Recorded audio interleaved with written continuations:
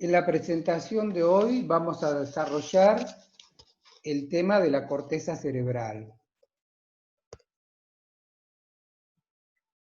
El sistema nervioso es un sistema especializado en el procesamiento de la información.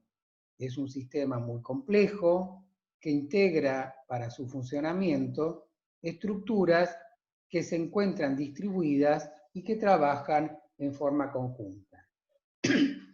Desde el punto de vista de la dirección de circulación de la información, distinguimos una dirección aferente, que es la que ingresa información al sistema nervioso central, y una dirección eferente o de salida, que es la que saca la información del sistema nervioso central al sistema nervioso periférico y la lleva a los músculos en su división voluntaria o a las glándulas en su división autónoma o involuntaria. El sistema nervioso se desarrolla a partir de la formación del tubo neural durante el período embrionario. Se forman 3 engrosamientos denominados respectivamente encéfalo posterior o rombencéfalo, encéfalo medio o mesencéfalo y encéfalo anterior.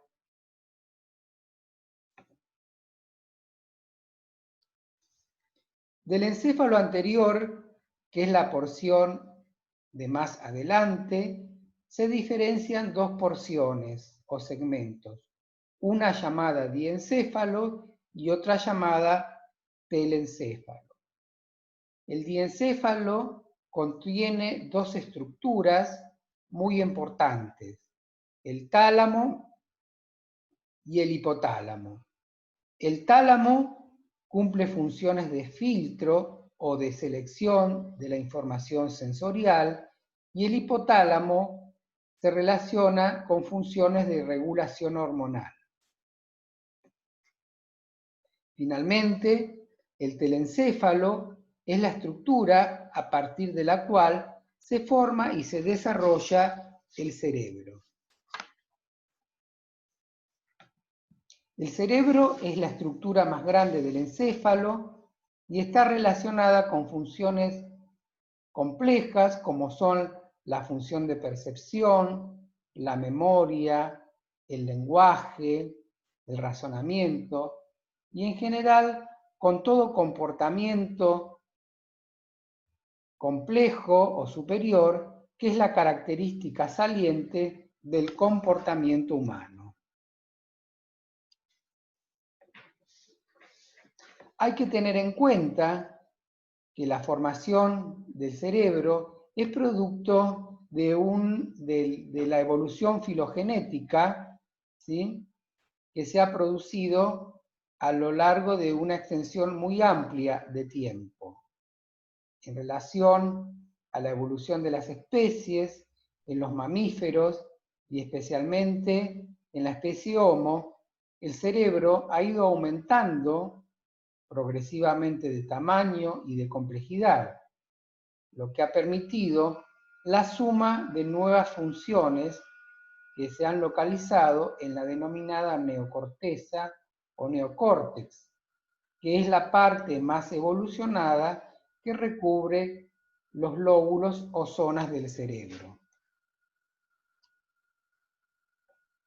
En relación a esta perspectiva filogenética de la organización cerebral, corresponde citar la propuesta de MacLean del año 1970, que plantea la existencia de 3 capas o estructuras que se fueron montando una sobre otra y de abajo hacia arriba se denominan cerebro reptiliano o arqueocorteza, que cumple con funciones básicas de regulación de las funciones vitales.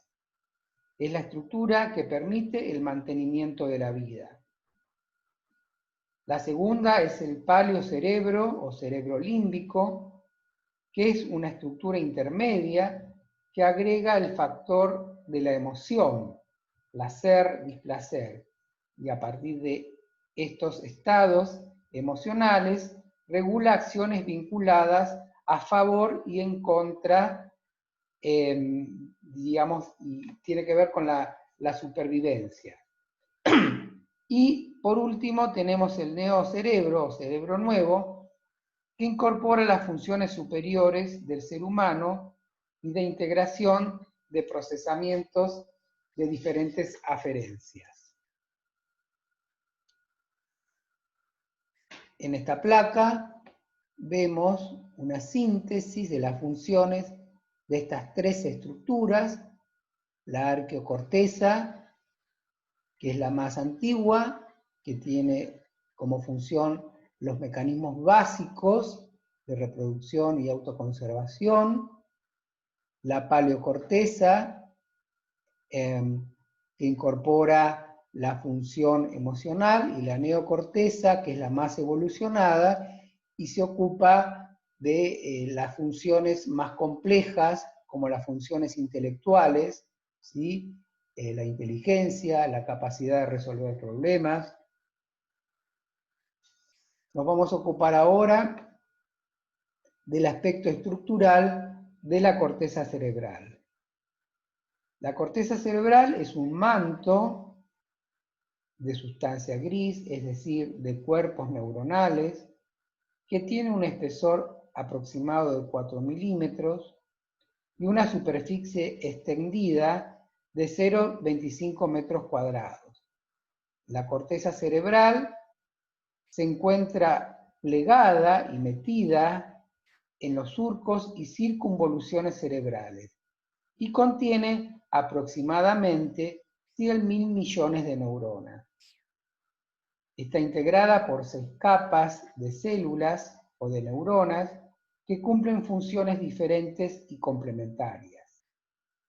Las señales sensitivas llegan a la corteza cerebral a partir de la capa 4 y es un tipo de neuronas caracterizadas por axones largos porque tienen que hacer amplios recorridos. Las capas 1, 2 y 3 realizan funciones de asociación intracortical mediante conexiones horizontales y como están adentro de la corteza cerebral, tienen axones cortos. La información sale de la corteza cerebral a partir de la capa 5 y 6 y también, como tienen que hacer amplios recorridos, están conformadas por axones largos. En relación a la organización funcional de la corteza, podemos seguir para su explicación dos formas que resultan complementarias una de la otra. La primera se refiere a la diferenciación de la corteza cerebral en diferentes zonas o en diferentes sectores denominados lóbulos, cada uno de los cuales cumple funciones diferenciadas y específicas. Acá vemos una representación de tres estructuras principales: el cerebro, el cerebelo y el tronco encefálico.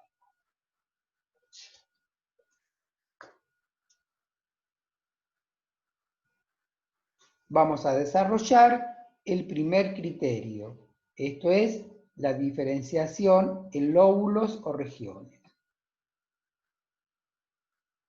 Distinguimos el lóbulo temporal, que cumple funciones de procesamiento auditivo, tanto en lo que hace a la recepción como a la interpretación de la información auditiva. También en este lóbulo encontramos algunas localizaciones o algunas funciones relacionadas con algunos tipos de memoria. El lóbulo parietal, también llamado corteza somatoestésica, procesa información en relación a la sensibilidad del cuerpo, como lo son las sensaciones táctiles, de temperatura y de presión. La totalidad de nuestro cuerpo está representado en esta corteza formada por neuronas sensoriales. Por su parte, el lóbulo occipital está especializado en el procesamiento de la información visual. El lóbulo frontal está asociado al cumplimiento de dos funciones principales: funciones motoras y funciones de organización del comportamiento o planificación del comportamiento.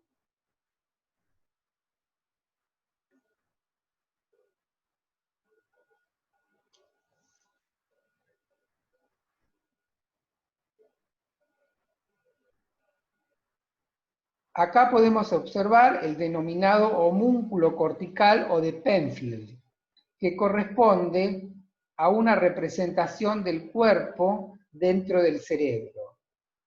Diferenciamos un homúnculo sensorial, ubicado en el lóbulo parietal, y un homúnculo motor, ubicado en el lóbulo frontal.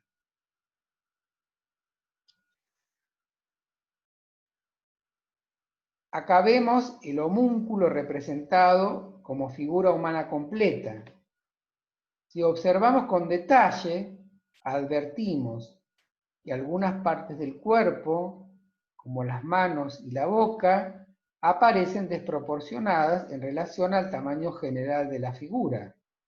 Esto es porque las funciones complejas, como lo son las praxias manuales, la motricidad fina y el lenguaje, necesitan mayor representación en la extensión de la superficie de la corteza cerebral.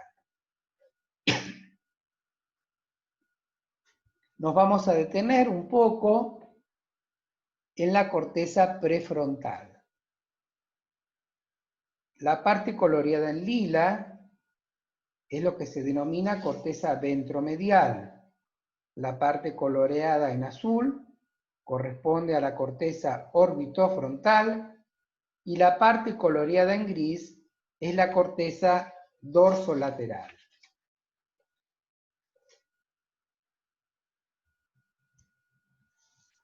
La corteza ventromedial lleva adelante funciones vinculadas a la inhibición del comportamiento y a la regulación del esfuerzo atencional.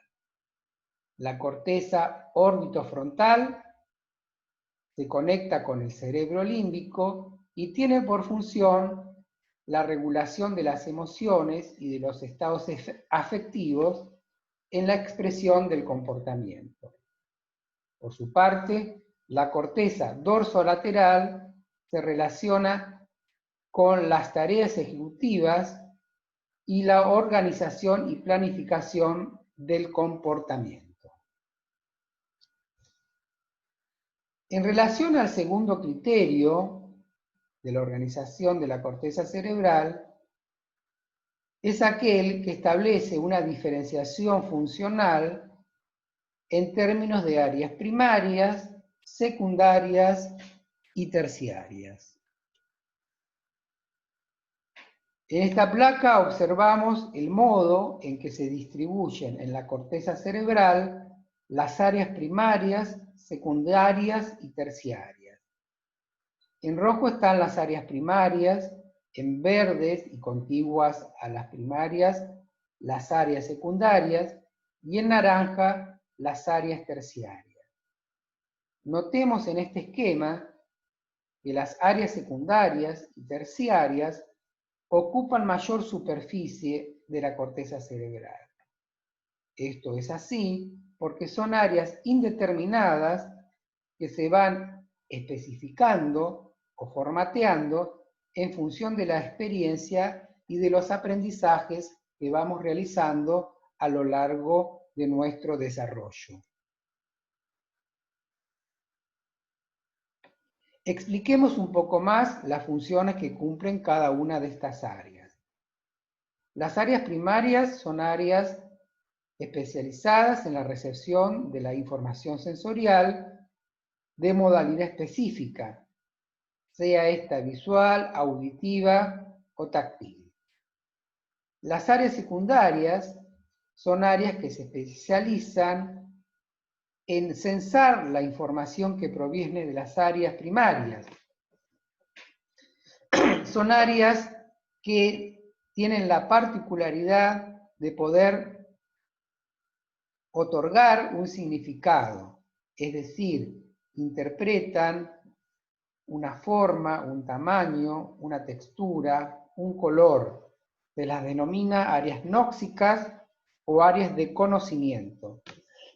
Estas áreas son específicas ya de la especie humana.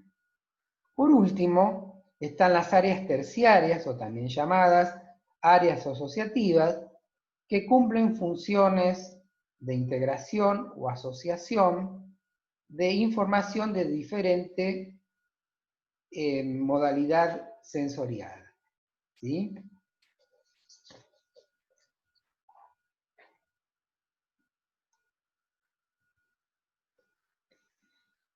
En esta placa vemos la distribución de la corteza cerebral en áreas primarias receptivas o en áreas secundarias onóxicas o de asociación. Y observamos algunas estructuras que vamos a ver en la próxima presentación, como el área de Broca, ubicada en la corteza frontal, relacionada con el lenguaje, y el área de Wernicke, ubicada en la corteza temporal, relacionada también con el lenguaje. Pero lo que nos interesa fundamentalmente en esta presentación es poder observar la distribución de las áreas primarias y secundarias.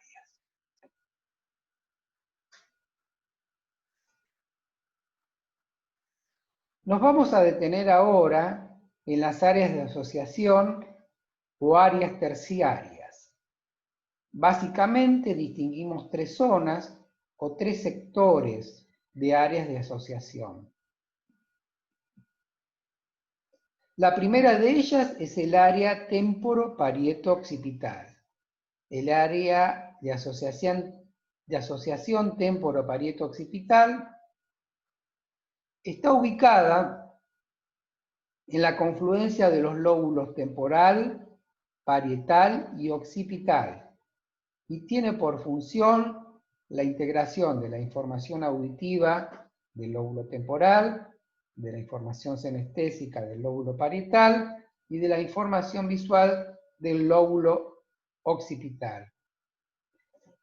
Además, en esta región de asociación se localiza, como decíamos anteriormente, el área de Wernicke, que está vinculada o relacionada con la comprensión del lenguaje. Una segunda área es el área de asociación prefrontal. El área de asociación prefrontal está ubicada en la parte anterior del lóbulo frontal y cumple con dos funciones principales: la planificación de los movimientos, por tanto, se relaciona con una función motora, y la planificación del comportamiento, que la vincula a la función ejecutiva. Tenemos también en esta área de asociación prefrontal al área de Broca, que está relacionada con la articulación del lenguaje. Y finalmente tenemos un área llamada de asociación límbica. Esta área de asociación límbica está ubicada en el polo anterior del lóbulo temporal, en las porciones ventrales o internas del lóbulo frontal y sobre algunos sectores del cuerpo calloso, que es una estructura que une los hemisferios cerebrales. El área de asociación límbica cumple funciones vinculadas a las emociones y a las motivaciones. En esta área se origina el impulso para la acción, que es motivacional e interviene en la regulación de los aspectos motivacionales del comportamiento. Finalmente, vamos a hacer un resumen de lo que hemos desarrollado en esta presentación. Comenzamos haciendo una referencia sobre las funciones generales del sistema nervioso. Después hicimos un detalle de la formación del sistema nervioso a partir de la formación del tubo neural. Nos detuvimos especialmente en el encéfalo anterior, que da lugar a la formación del cerebro. Continuamos desarrollando el tema de la corteza cerebral. Nos interesó hacer una descripción estructural, es decir, cómo está formada la corteza cerebral, y una división funcional de la corteza cerebral, tomando dos criterios: la diferenciación en lóbulos, el primero, y la diferenciación en áreas primarias, secundarias y terciarias, el tercero. Bueno, espero que esta presentación haya podido contribuir a la comprensión de un tema complejo como es el de la corteza cerebral. Muchas gracias por su atención.